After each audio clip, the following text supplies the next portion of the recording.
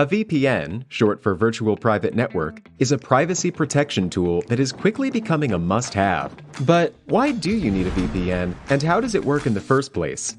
A VPN helps your data travel through the internet safely, without big companies or cybercriminals being able to spy on your online activities.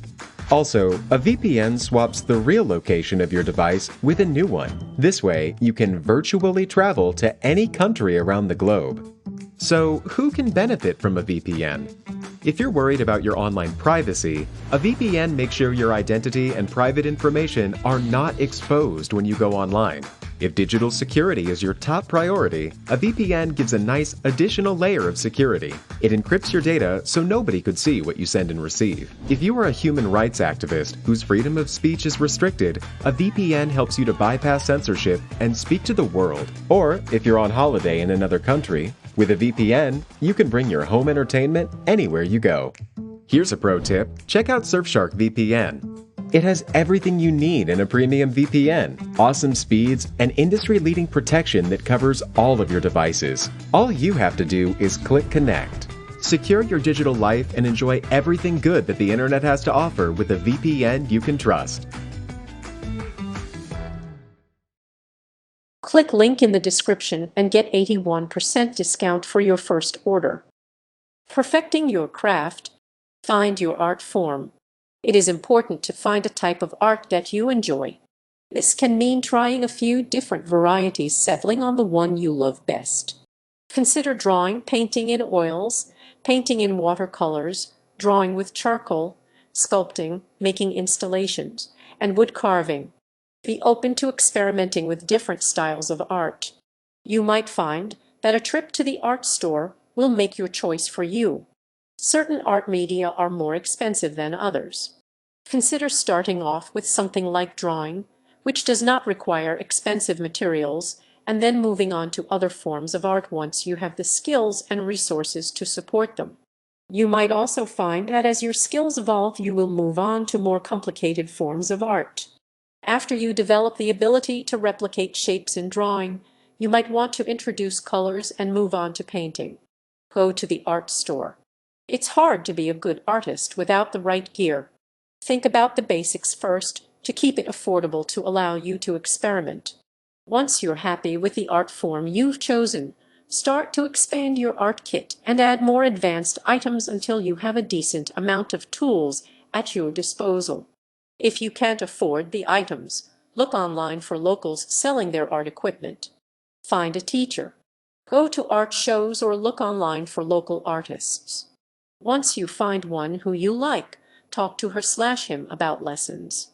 Remember, you don't need to rediscover all of the artistic techniques that have been developed over the past 2,000 years. There are people who can teach you these methods. Professional feedback can also be very helpful for your development. Learning from your mistakes is vital and usually requires someone else who can see your work objectively. Go to school.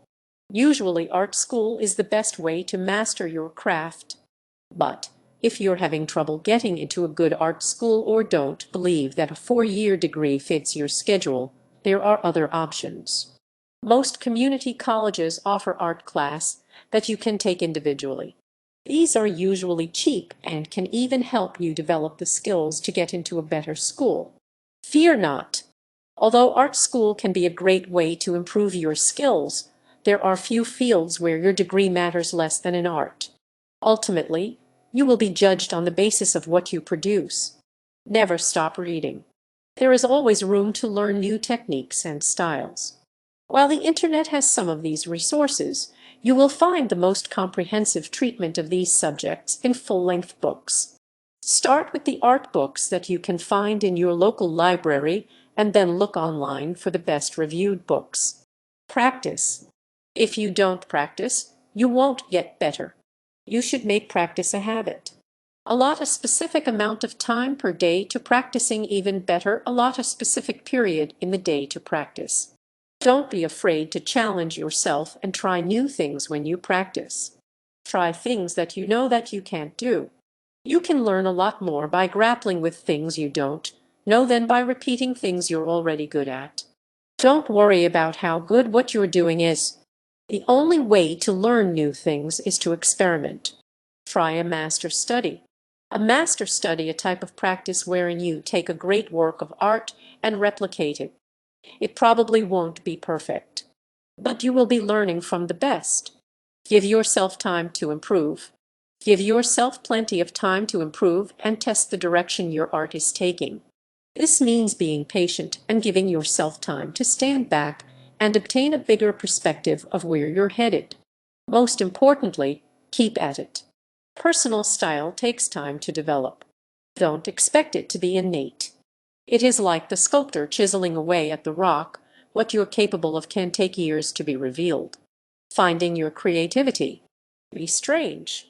Vanderbilt psychologists have found that people who are a bit weird are more creative. Art that is unique generally sells better than art that simply shows a high level of skill. Having a distinctive style of living is often part of an artist's trademark.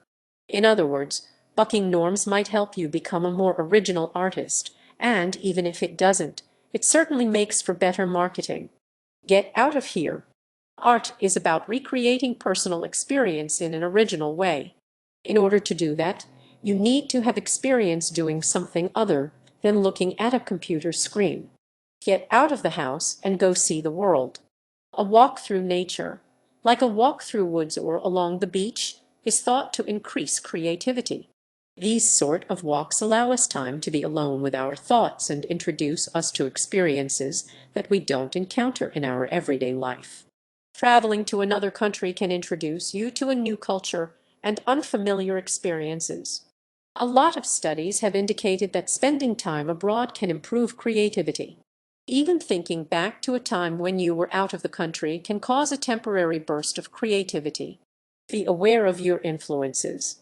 It is common for great works of art to pull on the work of other artists. It is also, however, easy to replicate other people's work without realizing it. A particularly impressive image can be engraved in your memory so that you unconsciously recreate it while searching for something new. Expose yourself to a lot of influences, and when you create something, ask yourself how if it too closely resembles the work of someone else. Be prepared to change your style over time. Keep things fresh and be prepared to pursue new paths as you grow as an artist. Even if you have developed a signature style, you might find that it gets old with time. Experimentation does not necessarily mean giving up what you have done before, just developing a wider repertoire. Building a career. Consider the value of a career. Art isn't necessarily about money, but it is a lot easier to devote the time to developing your craft when you don't have to work a full-time job at the same time. Think of the money you earn from art as liberating you to pursue what you love. A career can cascade. As you earn the money to support yourself, you can spend more time developing skill and a reputation as an artist. Advertise. You should build a portfolio of your own work and then do everything you can so that other people find and purchase it. Today, that is normally done online. Post your work on social media and build a website that features your best images. If you want to be old-fashioned, find a coffee shop that looks like it needs some extra decoration. Bring your portfolio and show the owner your work. Ask if she would be willing to put it on display and refer interested customers to you. She will get better the ambience out of the deal and you will get to advertise your work. Network. Subscribe to local art papers and be aware of art shows, festivals, or seminars. When you attend events, be yourself and be sociable. Try to meet people who could connect you to clients or galleries where you can sell your work. Perfect an elevator speech. The principle of the elevator speech is that you can give it to someone on a short elevator ride and by the end they be interested in exchanging information with you. In a few sentences, you should be able to tell someone what makes your work interesting. If it doesn't seem to work, keep on revising it until you find something that grabs people. Bring a lot of business cards so that when you meet people who are interested in your work, you can easily share your contact information. Include a website that features your work on the business card. Keep track of all of the business cards you receive and set up appointments to meet with people after the event. Join a community of artists. Become known in your art community as a supportive person with a genuine interest in the progress of your fellow artists.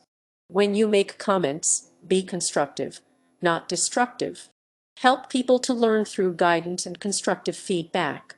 Use this community to get feedback on your work and meet potential clients. Don't be jealous of other people. If you develop a reputation of helping out other artists, they in turn will help you. Consider forming a collective to pool your resources. You can rent out a space to display your art or even share the expenses of a studio collectively. In the end, you won't just be saving money. You will be introducing one another to new customers. Hustle. Ultimately, most artists don't make ends meet by doing just one thing. They have multiple sources of revenue so that when one disappears, backup jobs are still on the table. Sell works online, put others in galleries, look for public art contracts, apply for grants, and teach. Not only is this a good way to make ends meet, you'll also learn about what the most lucrative business models are.